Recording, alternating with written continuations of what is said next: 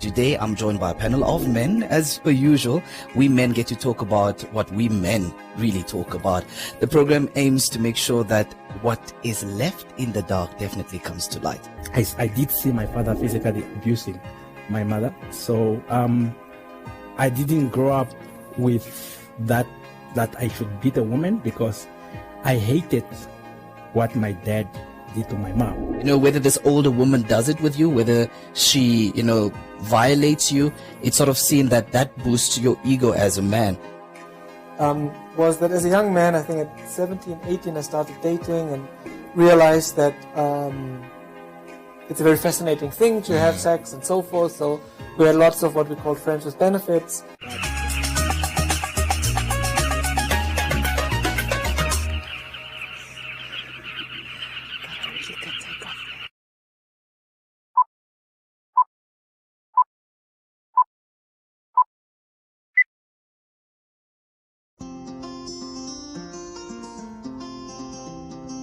Waka waka moo, waka waka moo, waka waka moo, waka waka. Waka waka moo, waka waka moo, waka waka moo, waka waka. Waka waka moo, waka waka moo, waka waka moo, waka waka. Waka waka moo, waka waka moo, waka waka moo, waka waka. In a land where everything's about the waka, we learn and study with the waka. ABCs and the 1, 2, 3s. Shapes and colors for you and me. We are one people in the land of the Waka. We are one people in the land of the Waka. Waka moo, waka waka moo, waka moo, waka waka moo.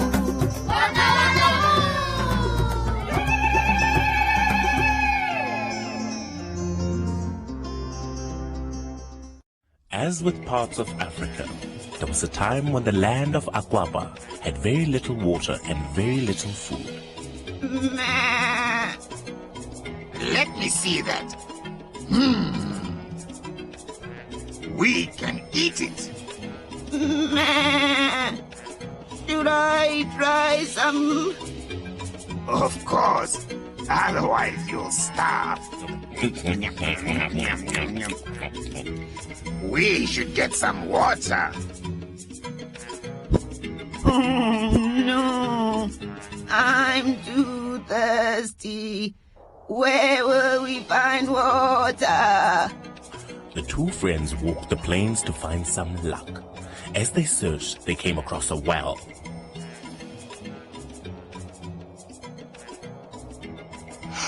Water!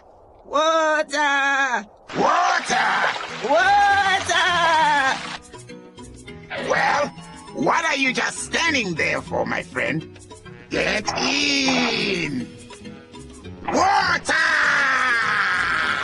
The two friends drank from the well until they quenched their thirst. When they were done, the friends didn't know how to get out. We're stuck!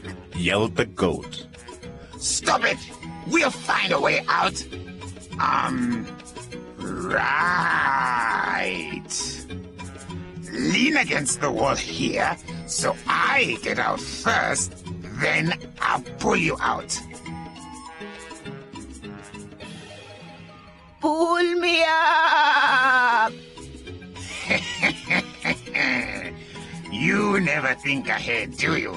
See ya! No! Anansi! Get back here! Anansi! Waka waka moo moo, waka waka moo moo, waka waka moo. Hello, children. I am Waka Sibu. Today we're doing a little something different. We are going back in time. There lived a brave woman who stood up for many people and helped rescue people who were being treated bad. Can you guess if she was a queen or politician? Our public figure for today is Harriet Tubman. Waka Waka Moo! Hi, my Waka friends. My story is set long time ago, way before your grandmother or grandmother were born. I was born in the year 1913 in a town called Auburn, which is in New York. Oh, New York is in the United States of America. Back to my story. My birth name is actually Araminta Rouse, but some people call me Minta or Moses. I am popularly known for being a humanitarian. Kids, a humanitarian is someone who believes that everyone's rights as a human being should be respected and all persons should be treated equally. I've had more than 13 missions of rescue to rescue people from slavery. A slave is someone who is being forced to work without any payment and is treated bad as if they are not equal human beings. I used safe houses called underground railways to free slaves. I was active in war and I also participated in the struggle for women's suffrage. I had an adopted daughter called Getty. My parents were Harriet Green, whom I'm named after, and Ben Ross, my daddy. I had 4 sisters and 4 brothers, making me child number 8. Aside from being a humanitarian, I started off as a cook and then a nurse for the Union Army. I was the first woman ever to lead an army expedition in war which liberated more than 700 slaves. Kids, liberation or to liberate means to set free or to let go. My legacy lives on to this very day. I have a statue of me in Michigan. More than 12 schools are named after me. There's a Tubman Old Age Home.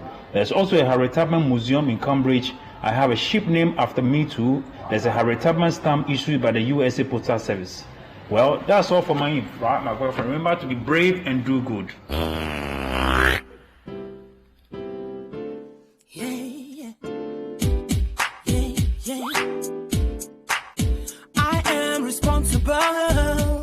For the things that I say. I am responsible for the things that I do. I am responsible. Even when I play, I am responsible. Wherever I go, I am responsible for the things that I say. I am responsible for the things that I do. I am responsible. Even when I play, I am responsible. Wherever I go, I am R-E-S-P-O-N-S-I-B-L-E. Come on, R-E-S-P-O-N-S-I-B-L-E. R-E-S, yes.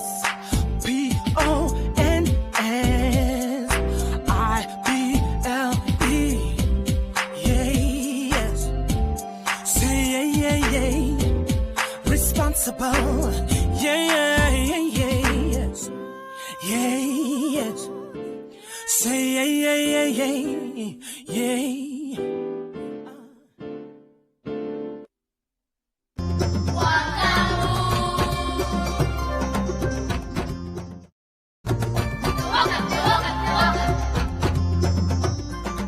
Waka waka moo moo, waka waka moo moo, waka waka moo.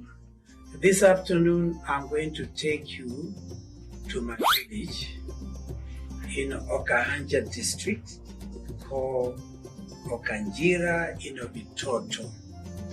That area is the source of Swakopmund River, where when it is flowing, the water actually starts from there, running all the way along all the way to Swakopmund. But the point that we are going to talk about has nothing to do with the river. It's not so much about the river, it's about wildlife. Wildlife in terms of the environment, where animals, birds are located, and how these animals interact with each other, how they work together, and how they compete with each other, competing over what to eat. For these animals, for birds to survive, they must have access to food, like human beings, like the rest of us, you and me. So, but they are important in our country. They are part and parcel of Namibia.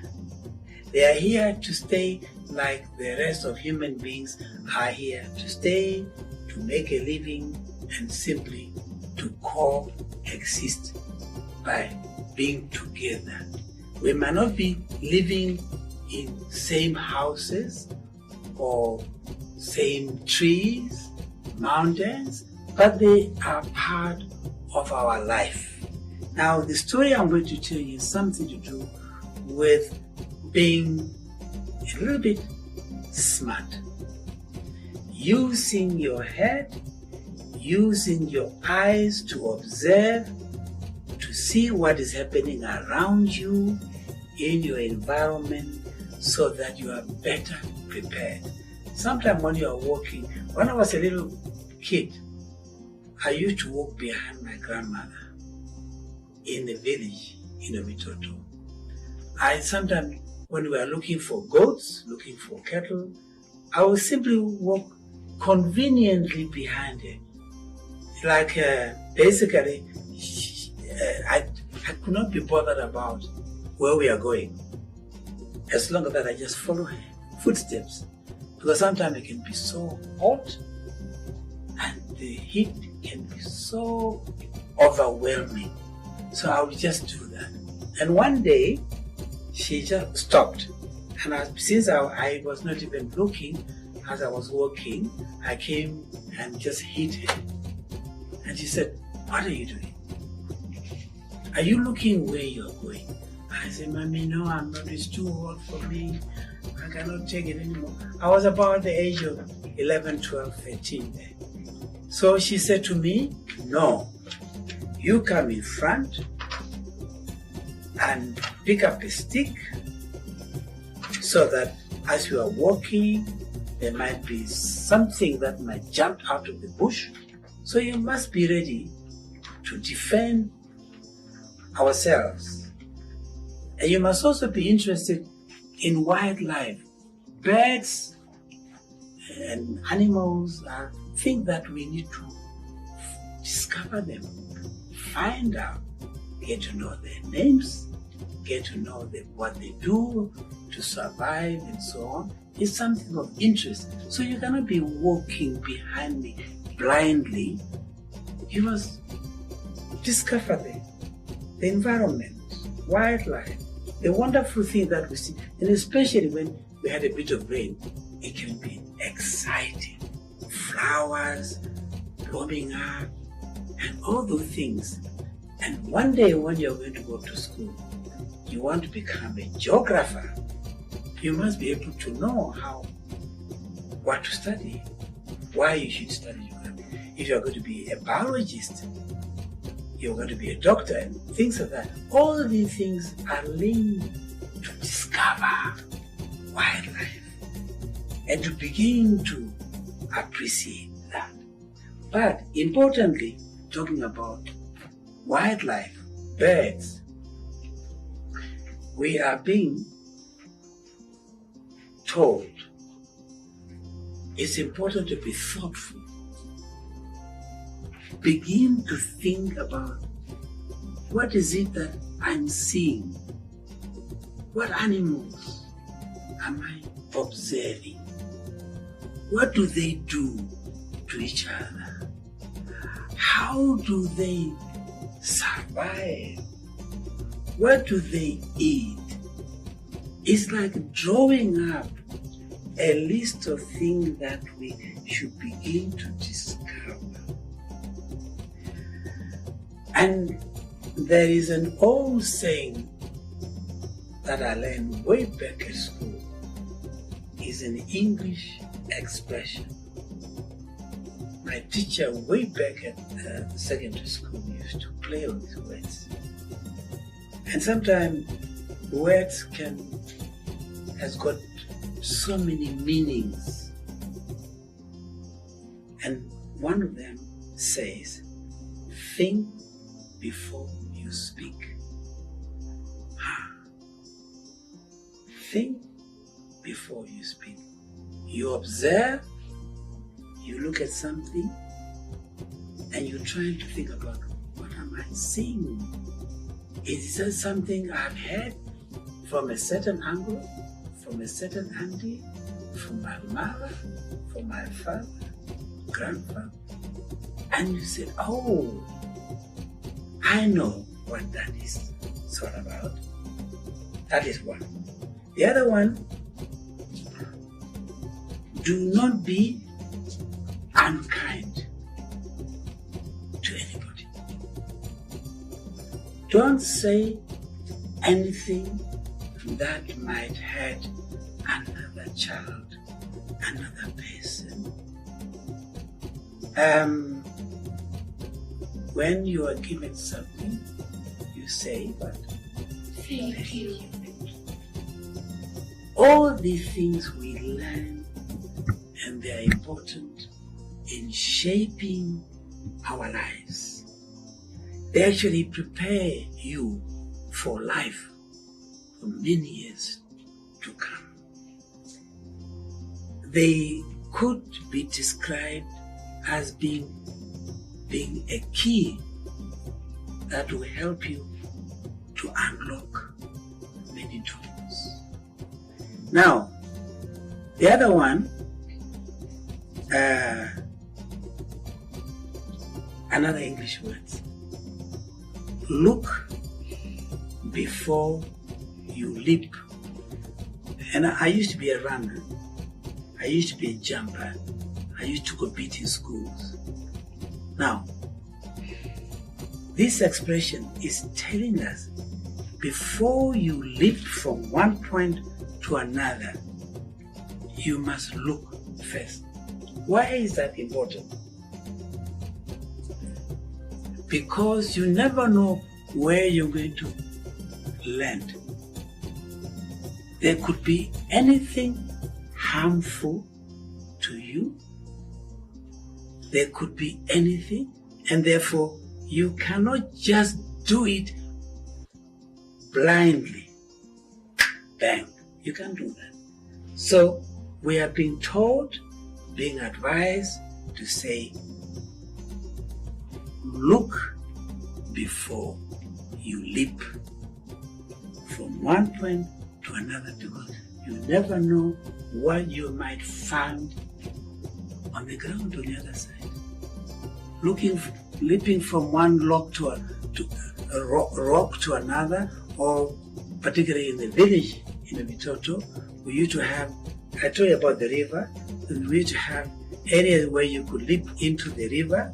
Now, the soil down in the river, they must be soft, sufficient, so that you do not break your leg by jumping into a rock. Don't you think so? It makes sense, isn't it? All these things are basically what we know call common sense. You do them because they do make sense.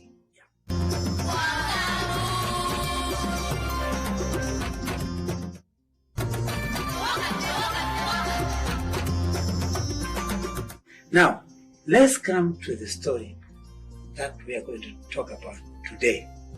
The story has something to do with a wolf. You have seen the wolf, isn't it? We have a picture here. You have seen it.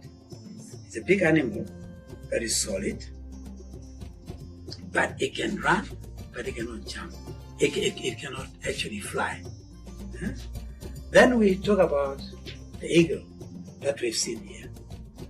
So they all basically survive by helping themselves on particular food that they eat and so on.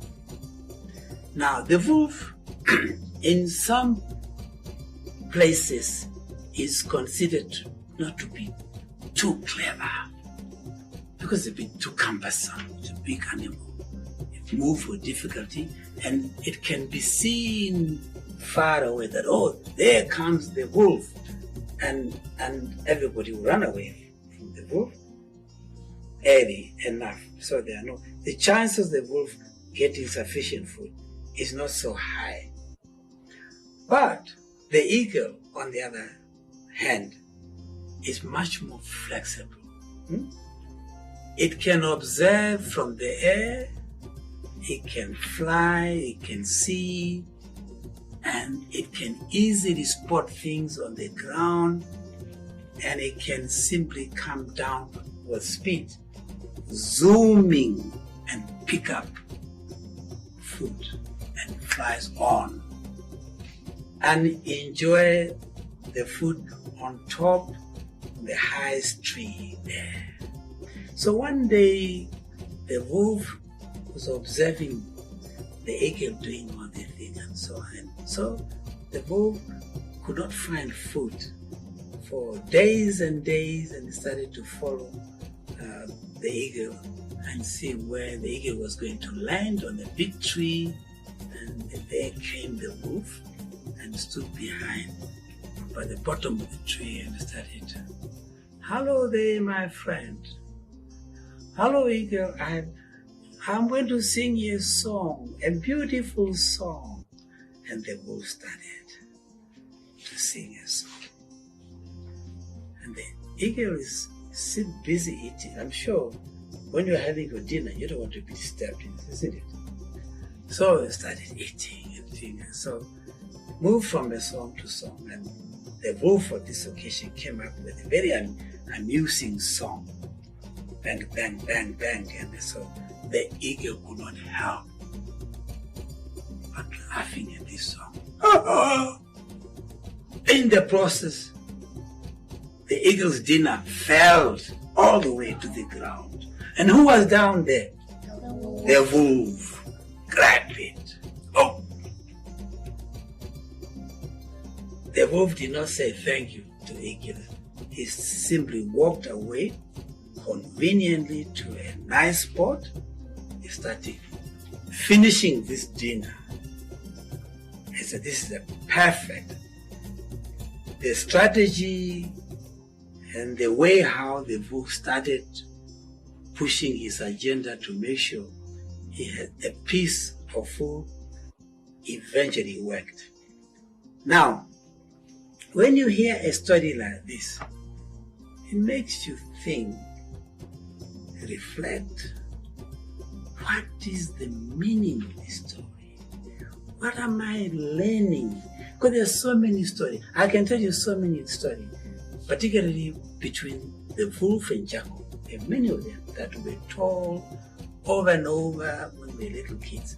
But in every story, I think after hearing simply the description of what actually occurred, then we normally need to pause for a while and say, now, what did I learn from this? Considering we are looking at the wolf, we are looking at the eagle. The wolf is a big animal. Obviously, there are limitations to the wolf in terms of accessing food. The eagle is much more flexible with a full of speed. They can actually sit and watch what's happening and fly in and grab whatever they can and enjoy it. But then both the eagle is much more clever and well equipped. But I think the moral line of the story is telling us is that we need, sometime you can have all the wings and the powers flying, but sometimes it is important to use words. How you convey, put words together and say something to someone can be equally effective to make the person starting laughing, because the eagle was amused by the story and could not help but laughing, and sometimes forgetting that by laughing, the food the eagle was eating fell out of the mouth. Huh? So I think that is something to think about. The eagle is very effective, is very powerful, has got the flexibility of doing whatever, But words, when they are put together in the most effective way, can become even more powerful. Yeah? That's the end of the story. You are the ambassadors of promoting early childhood education, helping our little kids to open their eyes and enjoy the opportunity of accessing education as early as possible. Unlike some people, particularly people of my generation, who have to go to school much later, and today the key is a question of accessing education. Everything involves around being better prepared and be knowledgeable about things around yourself, around your neighborhood, in order to add value to the development of our country.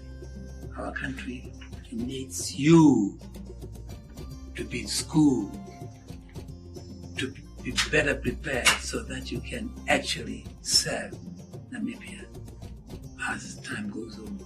When we move on, the rest of you will move in and continue where we are going to leave things to take this country forward. So enjoy education, value education, and remember the story of the eagle and the bull.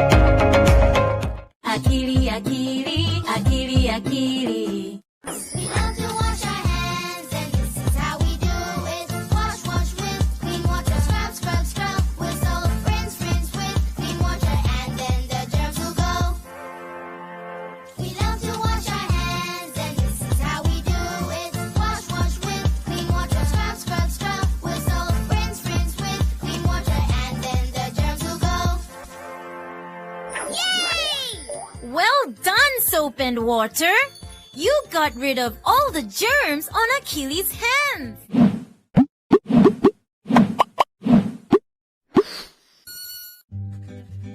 Prevention is important. Help prevent the spread of illness and keep yourself and others well. Hand washing is one of the most effective ways of preventing the spread of germs. Wash your hands regularly with soap and hot water, scrubbing your hands thoroughly for at least 20 seconds. Hand sanitizers can be used but are not recommended as a substitute for hand washing. Use sanitizers in addition to hand washing or in a situation where soap and water are not available. To avoid spreading germs, limit sharing of personal items such as utensils, cups, and dishes. Your skin acts as a barrier to germs, but your eyes, nose, and mouth are more vulnerable. Wash your hands thoroughly before touching your face, eating, or drinking. Avoid physical contact with others, including handshakes, fist bumps, high fives, hugs, and kisses. Social distancing is deliberately increasing the physical space between people to avoid spreading germs. While regulations may vary by country or area, the best guideline for social distancing is to maintain a distance of 6 feet from others. Germs can travel through the air from one person to another. If you sneeze or cough, do so into a tissue or the inside of your elbow to prevent the spread of germs. Avoid contact with ill individuals and insist they isolate themselves until they have recovered and are symptom-free. Clean and sanitize frequently touched common surfaces and high-traffic areas in your home and workplace several times a day. Share these guidelines with others and help prevent the spread of illness and maintain a healthy environment. An ounce of prevention is worth